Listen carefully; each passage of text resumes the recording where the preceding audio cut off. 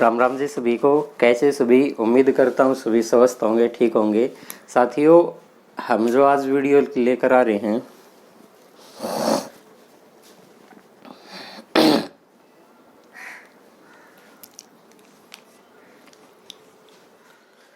राम राम जी सभी को।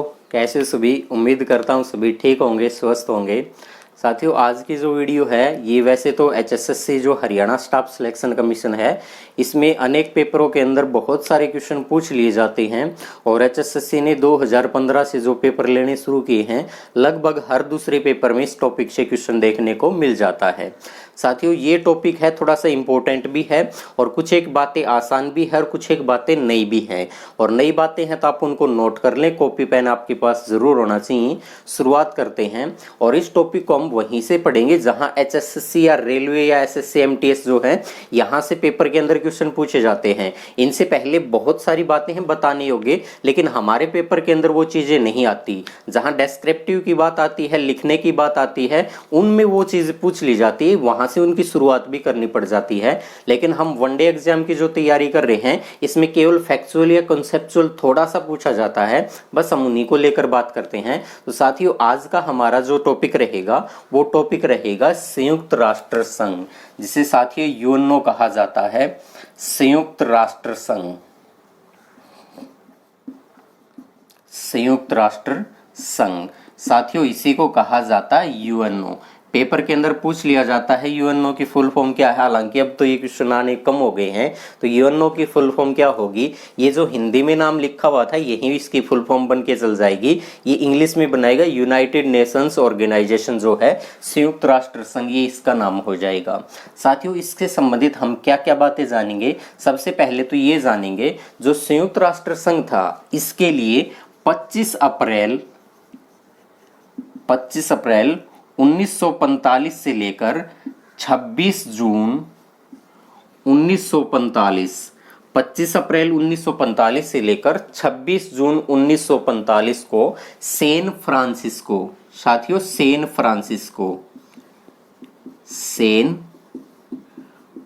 फ्रांसिस्को में एक सम्मेलन हुआ था।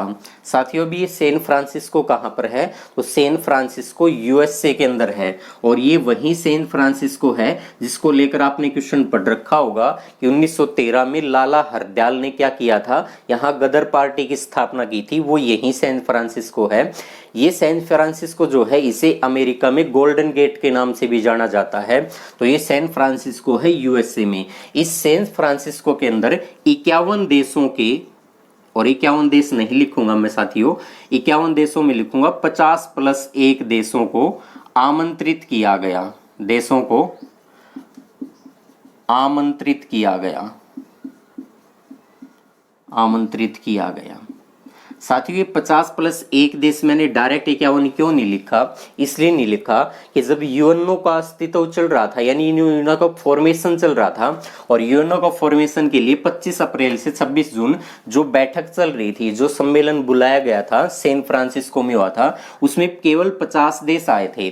और जब उन 50 देशों ने मिलकर यूएनओ के बारे में चर्चा करनी शुरू कर दी थी, और जिस प्रकार भारत का संविधान बना था, तो भारत का संविधान सभा के द्वारा बनाया गया था। और भारतीय संविधान को बनने के अंदर जो टाइम लगा था, 2 वर्ष 11 महीने और 18 दिन का समय लगा था।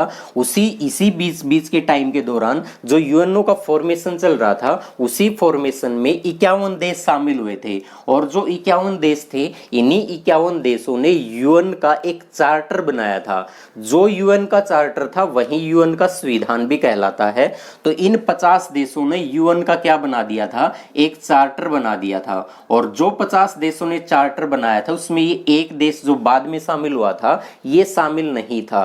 तो 50 देशों ने यूएन के चार्टर के ऊपर क्या कर दी थी, मतलब चार्टर बनाना शुरू कर दिया था। और अंत के अंदर जब चार्टर बना था, हस्ताक्षर करने की बारी आ गई थी, तो एक देश बाद के अंदर शामिल हुआ था।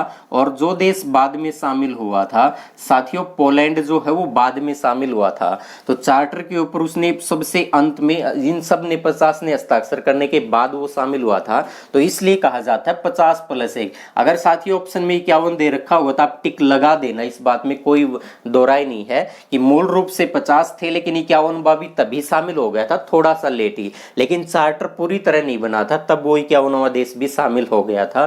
तो दोनों में से जो ऑप्शन मिले, अगर ये ऑप्शन केवल ये मिलेंगे कि 50 थे, 52 थे, 55 थे, 60 थे, तो साथियों उत्तर 50 ही रहेगा, फिर तो कोई ऑप्शन ही नहीं है। और अगर दे रखा हो 50 भी 51 भी, और दोनों शायद नहीं मिलेंगे। अगर दे रखे होंगे इस प्रकार से 48 देश थे, 51 देश थे, 60 देश थे, 93 देश थे, तो साथियों 51 ऑप्शन आपका सही उत्तर हो जाएगा। इससे संबंधित और क्या बात जानते हैं साथियों, जिस प्रकार से 25 अप्रैल को यूएनओ के लिए जो सैन फ्रांसिस्को में सम्मेलन बुलाया गया था, ये सम्मेलन जिस तारीख को बुलाया गया था, इसी तारीख को क्या हुआ था, यूएन का जो झंडा है, यूएन का जो झंडा है, इस झंडे को अपनाया गया था। यानी पहली बैठक या पहले दिन जिस बात के ऊपर वार्ता चल रही थी, उसी दौरान यूएन का झंडा जो है उसको अपना लिया गया था। साथियों ये 26 जून जो है, 26 जून, इस 26 जून को यूएन का जो चार्टर है, यूएन का जो चार्टर है इसको तैयार कर लिया गया था, और यूएन का चार्टर तैयार करने के बाद इसके ऊपर हस्ताक्षर कर दिए। तो यूएन का चार्टर तैयार करके इसके ऊपर क्या कर दिया, हस्ताक्षर कर दिए। और यूएन का जो चार्टर था साथियों, इस चार्टर के अंदर 19 अध्याय जोड़े गए हैं, 19 अध्याय शामिल कर दिए, और 111 जो है 111 इसके अंदर अनुच्छेद जोड़ दिए। साथियों यूएन का जो संविधान है उसी संविधान को कहा जाता है चार्टर, और इस चार्टर में 19 अध्याय हैं और 111 क्या है इसमें अनुच्छेद हैं। साथियों इनमें से कई क्वेश्चन पेपर में पूछ लिए जाते हैं, एक आध क्वेश्चन मुझे भी ध्यान है पेपर के अंदर पूछा गया था, और कहां से पूछा गया था, जैसे यूएन जो है इसके चार्टर के अंदर बजट जो है, तो बजट का उल्लेख कौन से अनुच्छेद के अंदर है, तो साथियों बजट जो है इसका उल्लेख यूएन का जो चार्टर है इसका अनुच्छेद जो 17 है, इस 17 के अंदर क्या दे रखा है, ये भारतीय संविधान का अनुच्छेद 17 नहीं है, ना किसी और देश के संविधान का 17 है, ये केवल और केवल यूएन जो है संयुक्त राष्ट्र संघ है उसके चार्टर के अंदर जो बजट है वो यूएन के अनुच्छेद 17 के अंदर दे रखा है। चार्टर का जो अनुच्छेद है 17 के अंदर दे रखा है, इसमें टोटल 111 अनुच्छेद हैं, इस बात को भी आप ध्यान रखेंगे। साथियों पेपर में क्वेश्चन पूछ लिया जाता है, संयुक्त राष्ट्र संघ जो है, संयुक्त राष्ट्र संघ, इस संयुक्त राष्ट्र संघ शब्द जो है, इस शब्द को दिया किसके द्वारा गया था, यानी संयुक्त राष्ट्र शब्द किसने दिया था, तो साथियों संयुक्त राष्ट्र संघ जो है अमेरिका के पूर्व राष्ट्रपति थे फ्रैंकलिन डी रूजवेल्ट, उसके द्वारा दिया गया था। यानी उस समय के राष्ट्रपति 32वें राष्ट्रपति जो बने थे, तत्कालीन राष्ट्रपति कह सकते हैं, फ्रैंकलिन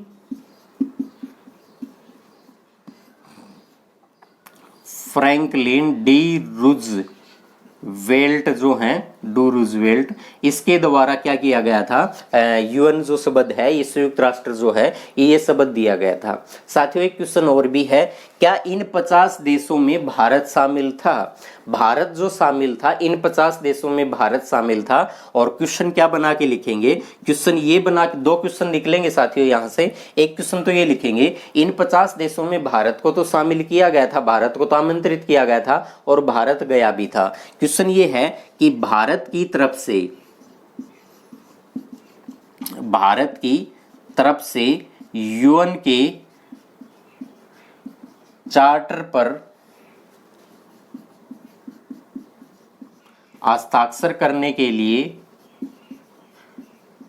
अधिकृत प्रतिनिधि जिसको भेजा गया था वो किसको भेजा गया था। यानी समझ में आया क्वेश्चन कि इन 50 देशों में भारत तो शामिल था, भारत की तरफ से यूएन के चार्टर पर हस्ताक्षर करने के लिए जिस अधिकृत प्रतिनिधि को भेजा गया था, उस प्रतिनिधि का नाम क्या है, तो साथियों उसका नाम है रामास्वामी मुदलियार, रामास्वामी मुदलियार। तो साथियों इस रामास्वामी मुदलियार को है यूएन का जो चार्टर बन रहा था उसमें भारत की तरफ से जो प्रतिनिधि भेजा गया था, वहीं प्रतिनिधि का नाम था रामास्वामी मुदगिलिया। लेकिन क्वेश्चन ये पूछा जाता है साथियों कि अब 25 भारत जो है ये यूएनओ का सदस्य किस तारीख को बना था। तो यूएनओ का जो चार्टर था वो चार्ट बना था इसके दौरान, और यूएन का जो उद्घाटन है, औपचारिक जो उद्घाटन है, यूएन जो अस्तित्व में आ रहा था उसी बात को कहा जाता है कि इसका औपचारिक जो उद्घाटन हुआ था या औपचारिक रूप से इसका अधिवेशन पहला जो हुआ था 24 अक्टूबर 1945 को। और साथियों अनेक बार पेपर के अंदर आ लिया ये क्वेश्चन कि यूएन अस्तित्व में कब आया था। तो औपचारिक रूप से जो यूएन अस्तित्व में आया था उसी बात को कहा गया था, कहा गया था, वही तारीख थी 24 अक्टूबर 1945 को। पेपर में क्वेश्चन ये भी पूछा जाता है कि संयुक्त राष्ट्र दिवस किस दिन मनाया जाता है। तो 24 अक्टूबर जो प्रत्येक साल 24 अक्टूबर आता है, इसी प्रत्येक साल 24 अक्टूबर को मनाया जाता है संयुक्त राष्ट्र दिवस जो है 24 अक्टूबर को बनाया जाता है।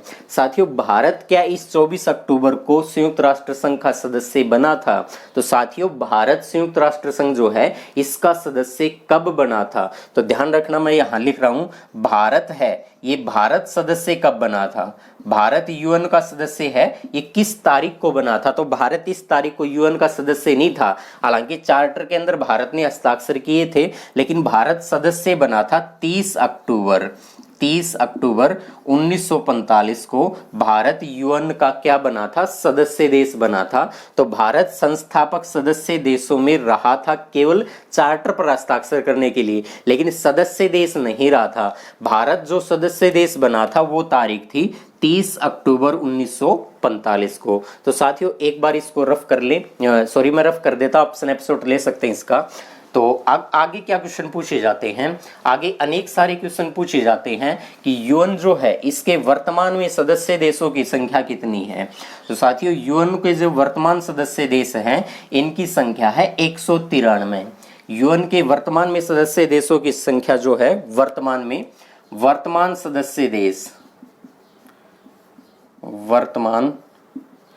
सदस्य देश जो हैं इनकी संख्या कितनी है। तो साथियों 193 सदस्य देश हैं, 193 सदस्य देश हैं। और साथियों मैं एक दो बात आपसे बताना चाहता हूं, जिस प्रकार से आपने बहुत समय क्या 2019 की बात है, 2019 के अंदर दो नए देश अस्तित्व में आए थे, और इस साल वो दोनों के दोनों नए देश थे, उनको यूएन के अंदर शामिल होना था। उन्होंने प्रस्ताव पारित करके यूएन के पास भेज दिया था। अब यूएन उनके ऊपर बात करता कुछ, तो उससे पहले कोरोना जो वैश्विक महामारी, जो खतरनाक महामारी बन चुकी है, इसको मद्देनजर रखते हुए यूएन का किसी प्रकार का कोई सम्मेलन नहीं चल रहा, किसी प्रकार की कोई बैठक नहीं चल रही, और विश्व में भी किसी प्रकार की कहीं कोई बैठक करने की अभी तक गुंजाइश दिखाई नहीं दे रही। तो साथियों उन दो देशों को अगर ये इसमें शामिल कर लिया जाएगा तो हो सकता था कि इसके सदस्य देशों की संख्या बढ़ जाए। दो बढ़ेंगे तो 195 हो जाएगी, एक बढ़ेगा तो 194 हो जाएगी। कोई सदस्य देश इसके सदस्य छोड़ देता है तो एक सदस्य संख्या कम हो जाएगी, दो सदस्य छोड़ देंगे तो भाई दो हो जाएगी। ये सारी चीजें आप सब कुछ जानते हैं।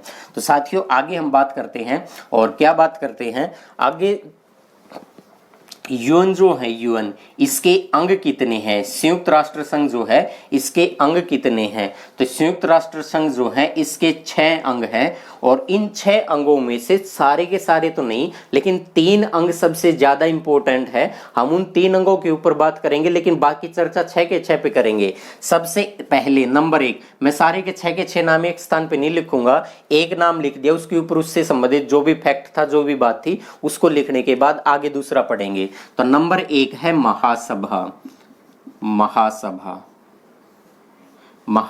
है, ये है मतलब पहला अंग है महासभा, जनरल असेंबलीज ही कहा जाता है। महासभा जो है ये महासभा प्रमुख अंग के अंदर शामिल है। यूएन का जो प्रमुख अंग है साथियों उसके अंदर शामिल है महासभा। साथियों इस महासभा के अंदर शामिल क्या मतलब, महासभा जो है इस महासभा में प्रत्येक देश जो है वो अपना एक वोट डाल सकता है, और प्रत्येक देश को अपना एक वोट जो है वो समान प्रतिनिधित्व के आधार पर उसको अधिकार मिला हुआ है। ऐसी स्थिति में अगर ये पूछा जाए कि यूएन जो है इसका पहला अधिवेशन जो था, क्योंकि यूएन की महासभा जो है इसके अधिवेशन प्रत्येक साल चलते हैं, और प्रत्येक साल जब इसके अधिवेशन होते हैं तो पहला अधिवेशन जो है, इस पहले अधिवेशन की बैठक किसने की थी। पहले अधिवेशन की बैठक जो थी, अधिवेशन बैठक तो कोई नहीं, एक ही बात हो जाएगी कि इसकी अध्यक्षता किसने की थी।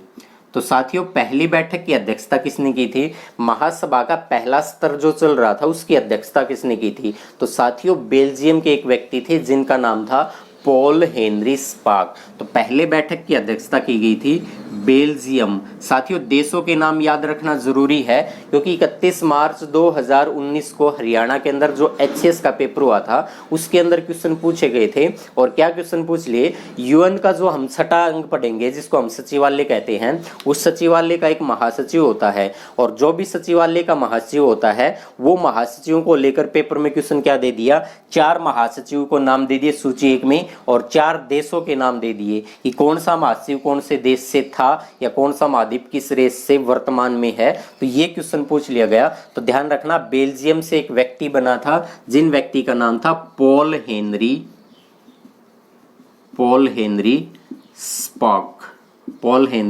स्पॉक जो हैं ये पहले अधिवेशन की अध्यक्षता की थी। तो महासभा का पहला अधिवेशन जो था उसकी अध्यक्षता बेल्जियम के पॉल हेनरी स्पाक के द्वारा की गई थी। अब साथियों यहां से क्वेश्चन ये आ जाता है, क्या भारत की तरफ से महासभा के किसी भी बैठक की अध्यक्षता की गई है, तो साथियों बिल्कुल की गई है। भारत की तरफ से 1952 में, भारत की तरफ से 1952 में 8वें अधिवेशन, भारत की तरफ से 1952 में 8वें अधिवेशन की अध्यक्षता वो भारत की तरफ से की गई थी। और साथियों भारत की तरफ से यूएन की किसी भी बैठक की अध्यक्षता करने वाला पहला और एकमात्र भी कह सकते हैं। और पहला कौन बना था, सभी को पता है, विजय लक्ष्मी पंडित। जवाहरलाल नेहरू की जो बहन थी विजय लक्ष्मी पंडित। तो विजय लक्ष्मी पंडित जो है ये क्या बनी थी, भारत की तरफ से 1952 में 8वां अधिवेशन जो था, इस 8वें अधिवेशन की अध्यक्षता करने वाली भारत की तरफ से पहली बनी थी या भारत की तरफ से पहली महिला बनी थी, तो उनका नाम था विजय लक्ष्मी पंडित। विजय लक्ष्मी पंडित ने की थी। साथियों इस बार की अगर बात करें तो मैं रेलवे की दृष्टि से भी एक क्वेश्चन बता देता हूं, क्योंकि रेलवे के अंदर हो सकता तो 6, 8, 10 महीने पहले की बात भी पेपर में आ सकती है और एचसीएस के पेपर में जो क्वेश्चन पूछे गए थे हम उसके ऊपर भी चर्चा करेंगे। और अगर कहा जाए कि वर्तमान के अंदर कौन सा अधिवेशन चल रहा है, तो 74वां अधिवेशन चल रहा है वर्तमान के अंदर। कौन सा चल रहा है साथियों, 74वां। लेकिन 73वां अधिवेशन जो है, इस 73वें अधिवेशन की अध्यक्षता किसके द्वारा की गई थी। तो साथियों एक बात तो ये रखेंगे, महासभा जो है इसका सत्र जो है, सत्र या इसको अधिवेशन कहा जाता है। सत्र हमेशा और हमेशा तीसरे मंगलवार से शुरू होता है। कौन सा तीसरा मंगलवार, तो हर महीने तीसरे मंगलवार आते हैं। तो साथियों सितंबर महीना जो है, इस सितंबर महीने में जो तीसरा मंगलवार आता है, इस तीसरे मंगलवार से शुरू होता है और दिसंबर तक ये अधिवेशन चलता है। तो साथियों जब भी ये अधिवेशन की शुरुआत होती है, उस अधिवेशन में महासभा के द्वारा क्या किया जाता है कि उसका हर बार क्या कर दिया कि एक नया अध्यक्ष बना दिया। 74वां अधिवेशन जो था ये 73वां अधिवेशन 2019 के सितंबर में जाके खत्म हो गया। लेकिन 2019 से लेकर अब 2020 सितंबर तक जो चलेगा उसकी अध्यक्षता कौन कर रहा था, 2020 तक चलेगा। 2019 के सितंबर से लेकर 2020 के सितंबर तक जो 74वां सेशन चल रहा था, इस 74वें सेशन की अध्यक्षता किसने की थी या कौन कर रहा अभी, तो पहले तो 73वें की देखेंगे। तो 73वें की थी साथियों, नाम बड़ा है मारिया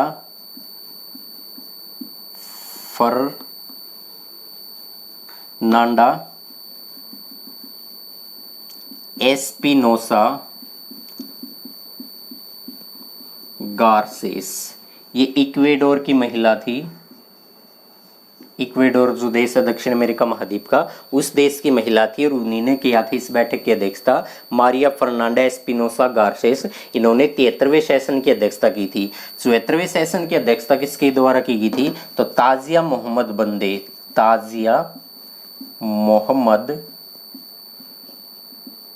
बंदे के द्वारा इसकी अध्यक्षता की थी। ये किस देश के हैं, तो ये साथियों नाइजीरिया देश के हैं।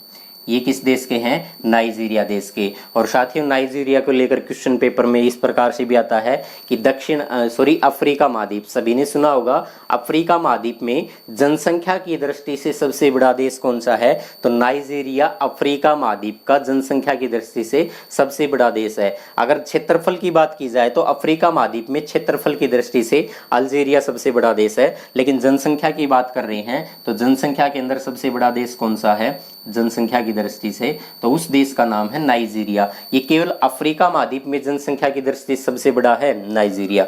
साथियों इसको एक बार रफ कर सकता हूं मैं, और आगे हम दूसरे स्तर की बात करेंगे। और साथियों एक बात ध्यान रखना, इस महासभा का प्रमुख कार्य क्या है? इस महासभा का प्रमुख कार्य क्या है? तो महासभा जो है इसके प्रमुख कार्य के अंदर एक शामिल है, और क्या शामिल है? 10 अस्थायी, समझ गए होंगे 10 अस्थायी। क्या 10 अस्थायी? तो सुरक्षा परिषद जो है, सुरक्षा परिषद, सिक्योरिटी काउंसिल जो है, सुरक्षा परिषद के, इस सुरक्षा परिषद के 10 अस्थायी सदस्यों का जो निर्वाचन करना है वो कौन करता है? यही महासभा करती है। तो महासभा के प्रमुख कार्य भी थे। साथियों अगले अंग की बात करते हैं। अगला अंग जो है, अगला उस अंग का नाम है सुरक्षा परिषद, सिक्योरिटी काउंसिल जिसे कहा जाता है। सुरक्षा परिषद नंबर 2, सुरक्षा परिषद, सिक्योरिटी काउंसिल। साथियों इसमें पहला क्वेश्चन तो यही आ जाता है कि सुरक्षा परिषद है, इसमें 15 सदस्य हैं। इसमें टोटल कितने सदस्य हैं? 15 सदस्य। साथियों इन 15 सदस्यों में से 5 स्थायी सदस्य हैं, और 5 के बाद 10 बच गए, वो कौन से हैं? अस्थायी सदस्य। तो साथियों ये 5 स्थायी सदस्य कौन से? पेपर के अंदर आ जाता है कि सुरक्षा यूएन के 5 स्थायी सदस्य कौन कौन से हैं? तो 5 स्थायी सदस्य देश जो हैं उसमें एक का नाम है चीन, एक का नाम है रूस, एक का नाम है फ्रांस। चीन, रूस, फ्रांस, यूएसए और यूनाइटेड किंगडम जो है, ये 5 सदस्य जो है ये देश हैं। ये 5 के 5 स्थायी सदस्य हैं, और 10 है वो अस्थायी सदस्य हैं। जो अस्थायी सदस्य हैं ये प्रत्येक 2 वर्ष के बाद इनका क्या किया जाता है? निर्वाचन किया जाता है। और साथियों उन 10 अस्थायी सदस्यों की अगर बात करें तो भारत जो है, भारत 1 जनवरी 2011 को 7वीं बार, साथियों 1 जनवरी 2011 को भारत 7वीं बार क्या बना था? अस्थायी सदस्य बना था। तो भारत अस्थायी सदस्य बना था किसका? सुरक्षा परिषद का। और भारत अब तक कितनी बार सुरक्षा परिषद का अस्थायी सदस्य बन चुका है? तो साथियों 7 बार बन चुका है। और अंतिम बार कब बना था? 2011 के अंदर 1 जनवरी को बना था। साथियों जो भी अस्थायी सदस्य होंगे उनका कार्यकाल 2 बार है। और साथियों अभी से ये बताया जा रहा है, थोड़ा सा अनुमान लगाया जा रहा है कि भारत 8वीं बार 2021 के अंदर क्या बनेगा? अस्थायी सदस्य बनेगा या बन सकता है। पूरे चांस है, 99% चांस है कि भारत 2021 के अंदर क्या हो जाएगा? 8वीं बार सुरक्षा परिषद का अस्थायी सदस्य बन जाएगा। लेकिन साथियों ये तो सारा भविष्य के गर्भ में है, 2021 आने में तो अभी और समय बचा हुआ है। क्या पता इस समय के अंदर क्या कुछ भी हो सकता है, हम इतनी ज्यादा बात को नहीं रखेंगे।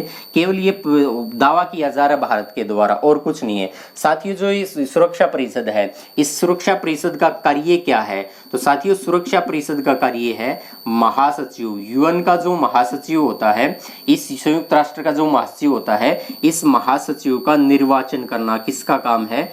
तो महासचिव का निर्वाचन करना साथियों किसका काम है? इसी सुरक्षा परिषद का काम है। साथियों कई बार पेपर में पूछ लिया जाता है कि जो 5 देश तो शामिल है, इन्हीं देशों के नाम से आपको कुछ चीजें याद हो जाएगी, उसको यहीं पर पढ़ लेते हैं। संयुक्त राष्ट्र संघ जो है इसकी आधिकारिक भाषा कितनी है?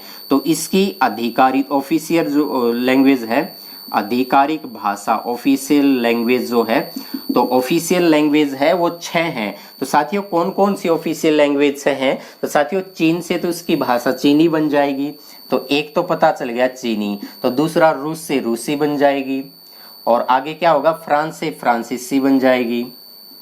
तो साथियों 3 तो याद होगी। अगर देश के 5 नाम या तो 3 भाषाओं के नाम याद पता चल गया। चौथी भाषा का अगर बात किया जाए तो चौथी अंग्रेजी है। अब साथियों केवल 2 याद रखनी है, और कौन कौन सी 2 याद रखनी है? एक स्पेनिश और एक स्पेनिश। और 1 अरबी। साथियों यही बात बस ध्यान रखनी है कि इसकी आधिकारिक भाषा कितनी ऑफिशियल लैंग्वेज है, वो 6 हैं और 6 में से चीनी, रूसी, फ्रांसीसी, अंग्रेजी, स्पेनिश और अरबी शामिल है। पेपर में ये क्वेश्चन इस प्रकार से भी आते हैं, निम्न में से कौन सी यूएनओ की आधिकारिक भाषा नहीं है, निम्न में से कौन सी यूएनओ की आधिकारिक भाषा है। तो इस दृष्टि से भी आप इनको याद कर लेंगे।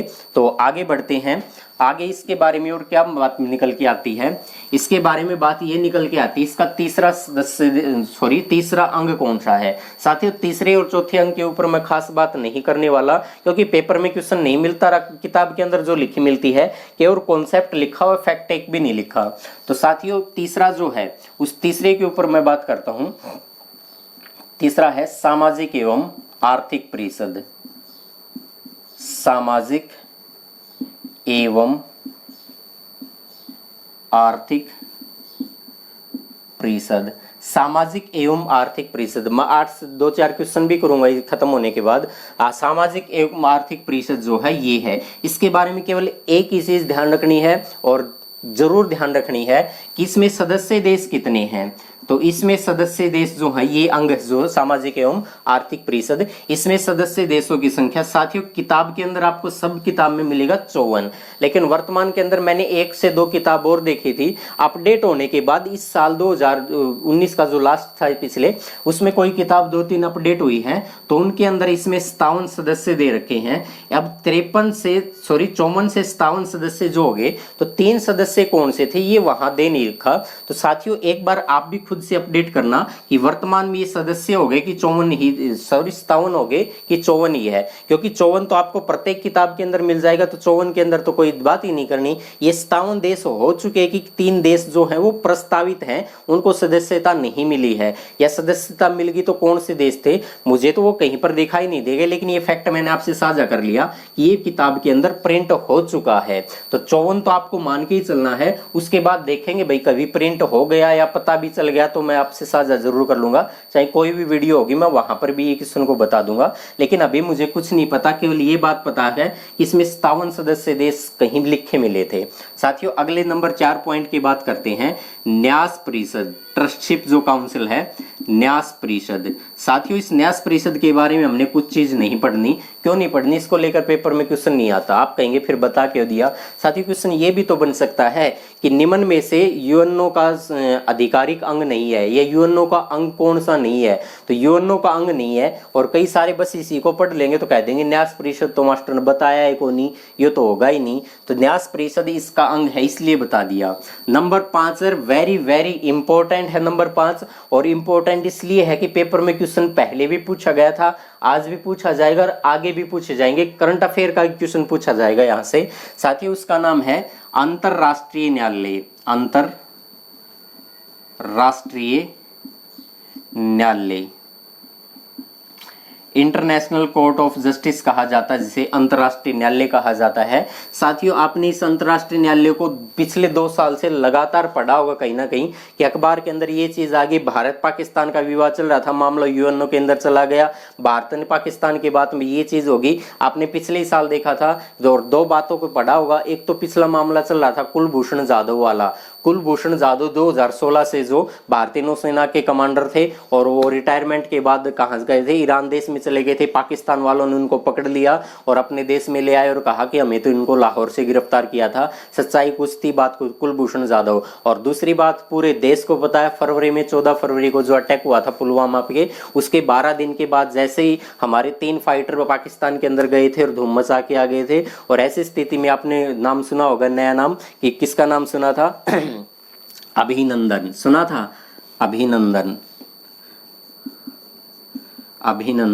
तो साथियों ये अभिनंदन के बारे में आपने सुना होगा कि पाकिस्तान में चला गया था, फ्लाइट से जैसे ही उतरा था, पैराशूट आवाज के कारण ये पाकिस्तान के अंदर और ज्यादा चला गया। पाकिस्तान ने पकड़ लिया, बाद में इसको भारत भेजा गया। सारा का सारा मामला आपने यूएनओ के इस अंतरराष्ट्रीय न्यायालय के बारे में पढ़ा होगा। और भी बहुत सारी बातें हैं, जैसे ये पुलवामा का हमला हुआ था, पुलवामा अटैक जो हमारे सैनिकों के ऊपर हुआ था, तो ऐसी स्थिति के अंदर आपने पढ़ा होगा कि भारत के द्वारा क्या किया गया था कि पाकिस्तान के अंदर जो 6 की नदियां भारत से बहती हुई जाती हैं उनमें से 3 नदियों का पानी भारत के द्वारा रोक लिया गया था। ऐसी स्थिति के अंदर पाकिस्तान ने कहा कि भारत ने हमारा पानी रोक लिया, और वो मामला भी संयुक्त राष्ट्र संघ की इसी अंतर्राष्ट्रीय न्यायालय के अंदर गया था। समय समय के ऊपर इसकी चर्चा बहुत बार होती रहती है अंतर्राष्ट्रीय न्यायालय, और अंतर्राष्ट्रीय न्यायालय में भारत का वर्तमान में वकील भी इस कारण से भी चर्चा का विषय है। अंतर्राष्ट्रीय न्यायालय जो है, इस अंतर्राष्ट्रीय न्यायालय का जो स्थापना, पहले तो ये ध्यान रखें, अंतर्राष्ट्रीय न्यायालय है ये केवल और केवल क्या है, यूएन का एक क्या है, कानूनी निकाय है। साथियों ये केवल कानूनी विषय के ऊपर काम करता है, राजनीतिक मुद्दों के ऊपर ये सलाह देता है या फैसला नहीं देता। केवल और केवल कानून से संबंधित अगर कोई देशों का मामला है तो ही उसके ऊपर बात करता है। ये किसी भी प्रकार का राजनीतिक विवाद है उसके ऊपर ये अंतर्राष्ट्रीय न्यायालय काम नहीं करेगा। तो अंतर्राष्ट्रीय न्यायालय है एक, तो ये संयुक्त राष्ट्र संघ का कानूनी निकाय है।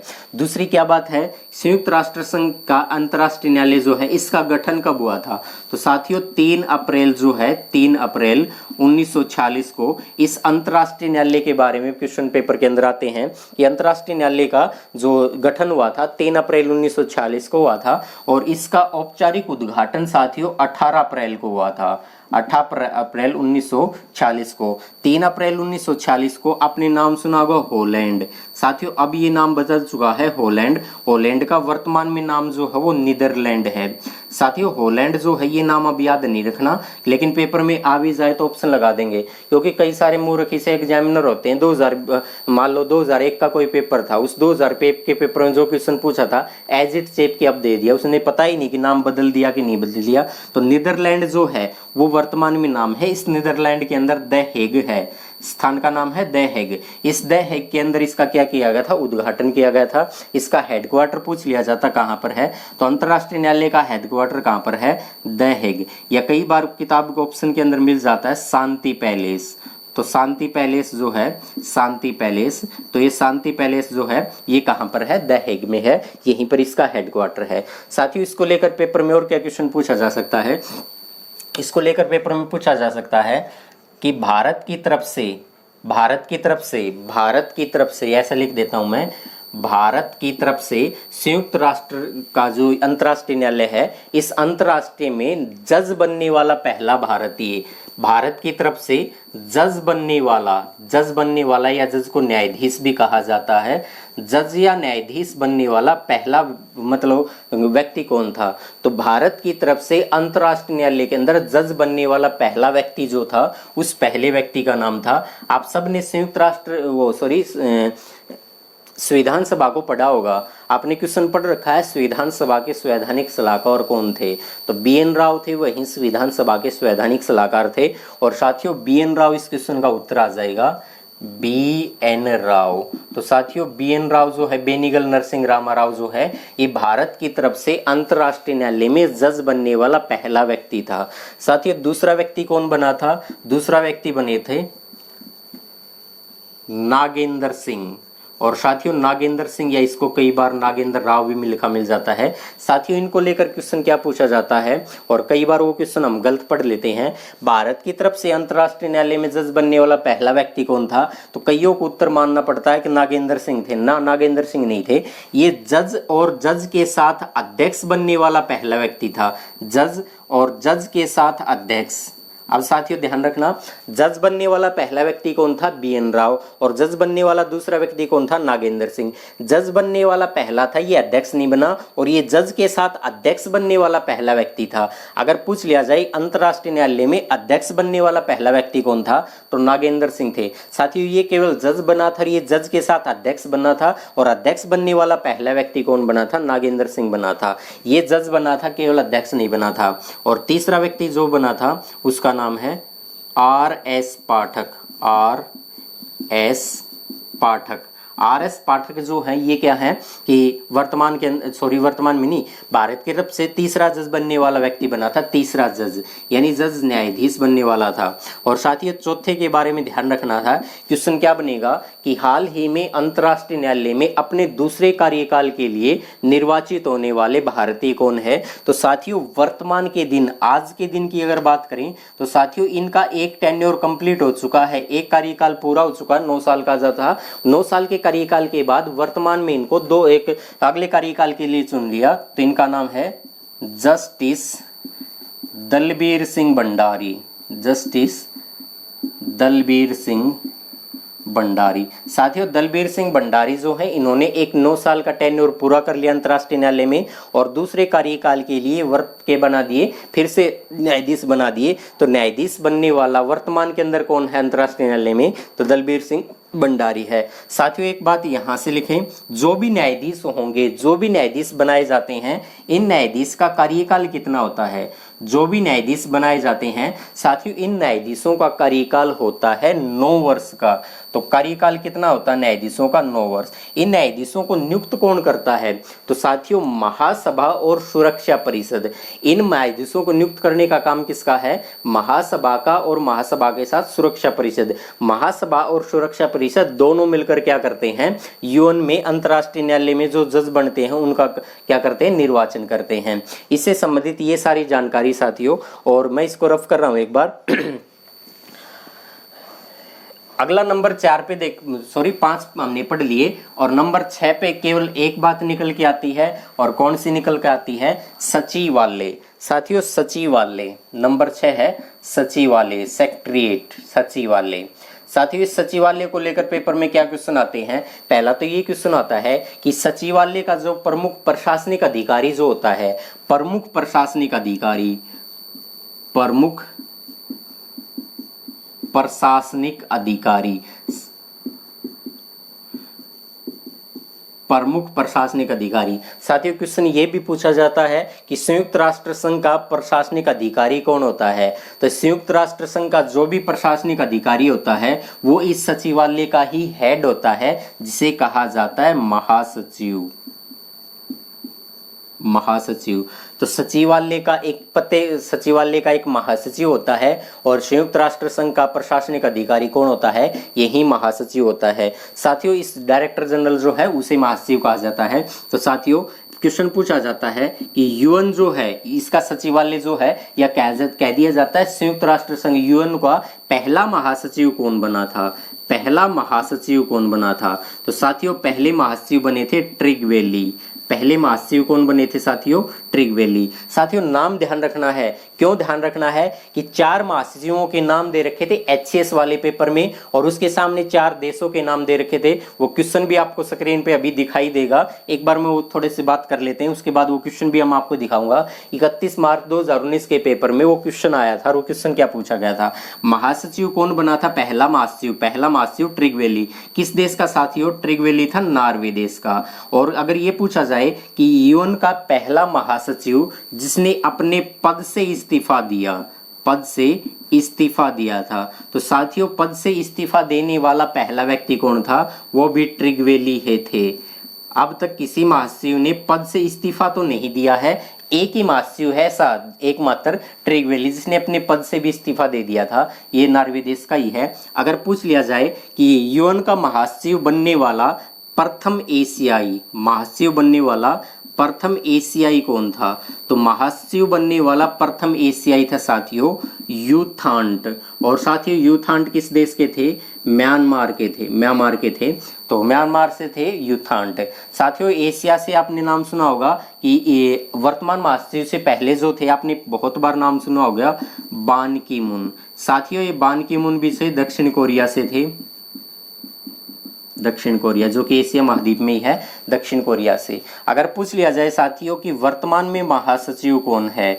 वर्तमान महासचिव, तो साथियों वर्तमान के महासचिव जो हैं उनका नाम है एंटोनियो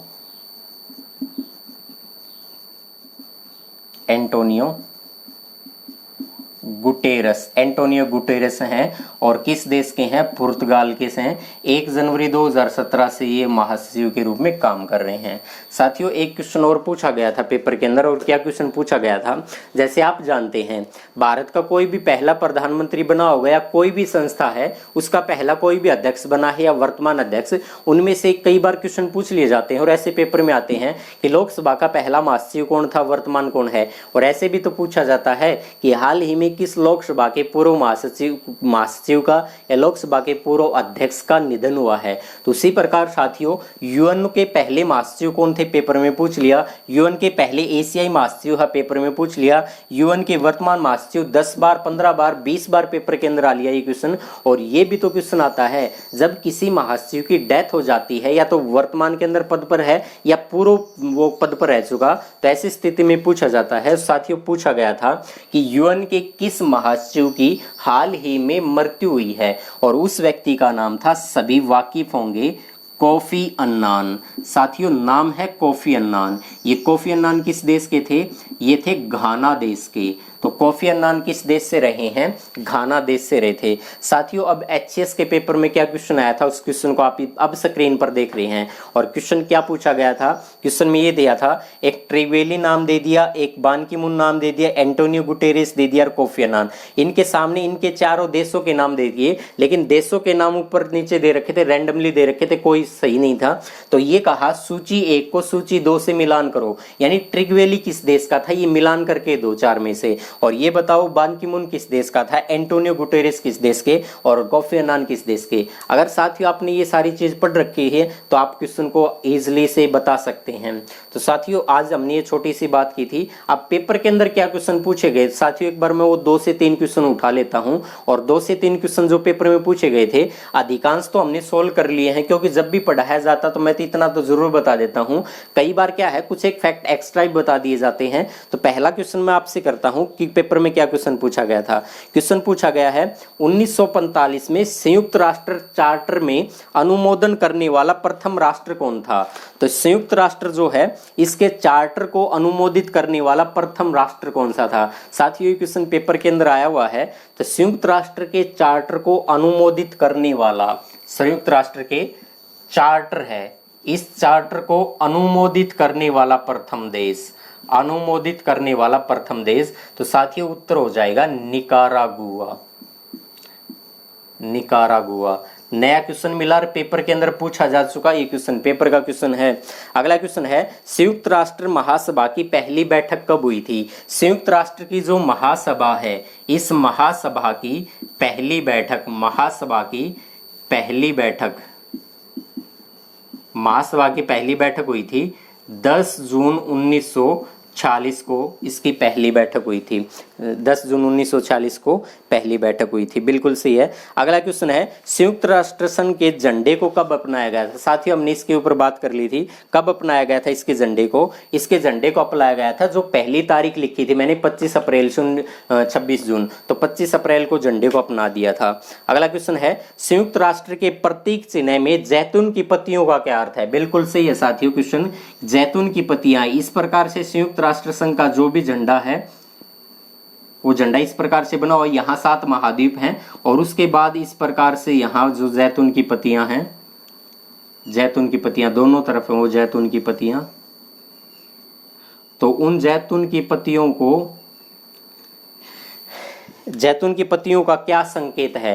तो साथियों जैतून की जो पत्ती हैं, ये पत्ती जो है ये जैतून की हैं, और इन जैतून की पत्तियों का संकेत है शांति का, पीस का संकेत है, ये शांति का संकेत है। अगला क्वेश्चन है साथियों संयुक्त राष्ट्र संघ का मुख्य अंग या कार्यपालिका की संज्ञा किसको दी गई है। संयुक्त राष्ट्र का मुख्य अंग या कार्यपालिका जो है, तो संयुक्त राष्ट्र की कार्यपालिका, साथियों संयुक्त राष्ट्र जो है इसकी कार्यपालिका जो है इसकी संज्ञा किसको दी गई है। तो साथियों इसकी संज्ञा दी गई है सुरक्षा परिषद को,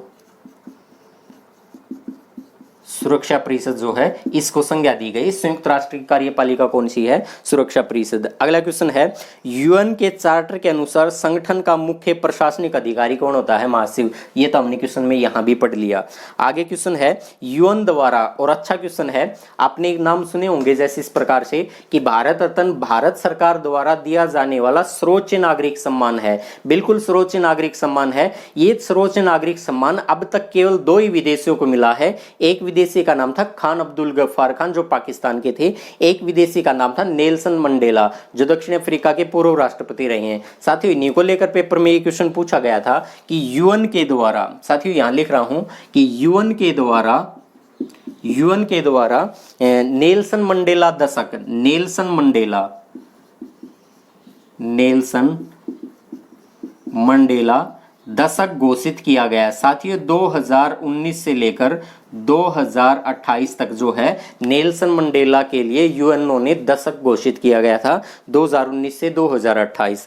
अगला क्वेश्चन क्या है? अगला क्वेश्चन है विश्व में महिलाओं की स्थिति सुदृढ़ करने के उद्देश्य से यूएन वुमन का गठन किया गया, जिसकी प्रथम अध्यक्ष कौन थी? तो मिशेल बैचलेट जो थी, मिशेल बैचलेट जो हैं, जो चिली देश की हैं, ये इसका उत्तर आ जाएगा, मिशेल बैचलेट चिली।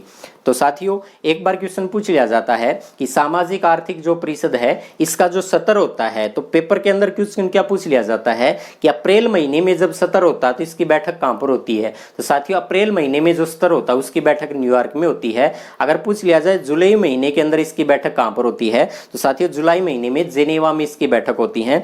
तो इतने सारे क्वेश्चन थे जो पेपर के अंदर पूछे गए थे। हमने जो पढ़ा था इसमें पेपर में हजारों क्वेश्चन पूछे जा चुके हैं। तो साथियों अगर वीडियो पसंद आई तो इसको लाइक शेयर करना बिल्कुल ना भूलें। तो आज के लिए इतना ही। जय हिंद, जय भारत, जय हरियाणा, जय हरियाणवी।